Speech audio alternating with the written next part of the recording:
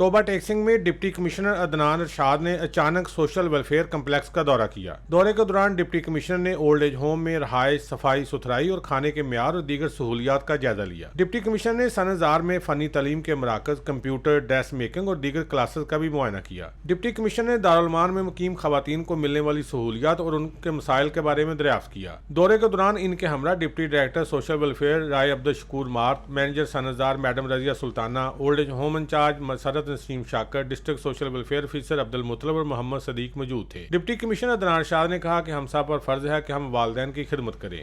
जी, मेरा फील्ड का विज़िट हुआ है आज दारुल-उलूमान में, और मैंने देखा है कि हमारा जो पब्लिक सेक्टर है वो लोगों को अच्छी फैसिलिटीज़ प्रोवाइड कर रहा है, और ये जो लोग वहाँ पे रह रहे हैं ये वो लोग हैं जो हमारे बुज़ुर्ग हैं, तो इनकी जितनी भी हम मदद करें वो कम है। दौरे के दौरान डिप्टी कमिश्नर ने ओल्ड एज होम में मुकीम बुजुर्गों में नगद रकूम तकसीम की और बुजुर्गों को उम्रे और हज की सादत के लिए इकदाम करने का वादा किया। कैमरामैन अली हैदर के साथ सुल्तान महमूद, टोबा टेक सिंह।